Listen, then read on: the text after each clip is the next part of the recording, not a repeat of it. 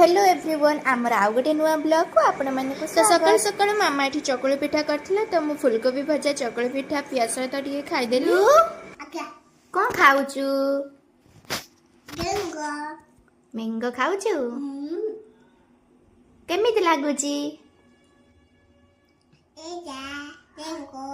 Mango मो फरमाइश रे आज टिके चाउमीन हेइथिला माने मु निजे ही प्रस्तुत करिथिली। चाउमीन खाइबी मु किंतु कटक रु कोन चोर आसिक मो पई प्रस्तुत करिवो। चाउमीन खाई के आसला पर देखे तो आम घर आगपटे से जंगल डारे गोटे पत्थर ऊपर देखुना बण कुकुड़ा बसी थिला। एमाने ए जंगल रे ही रुहंती बेले बेले आमे देखि थाउ। कौन खाइबो? केक खाइबी।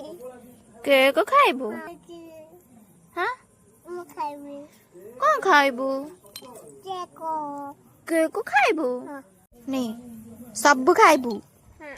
खाइबने किंतु पिल्लार रोल टा अधिक।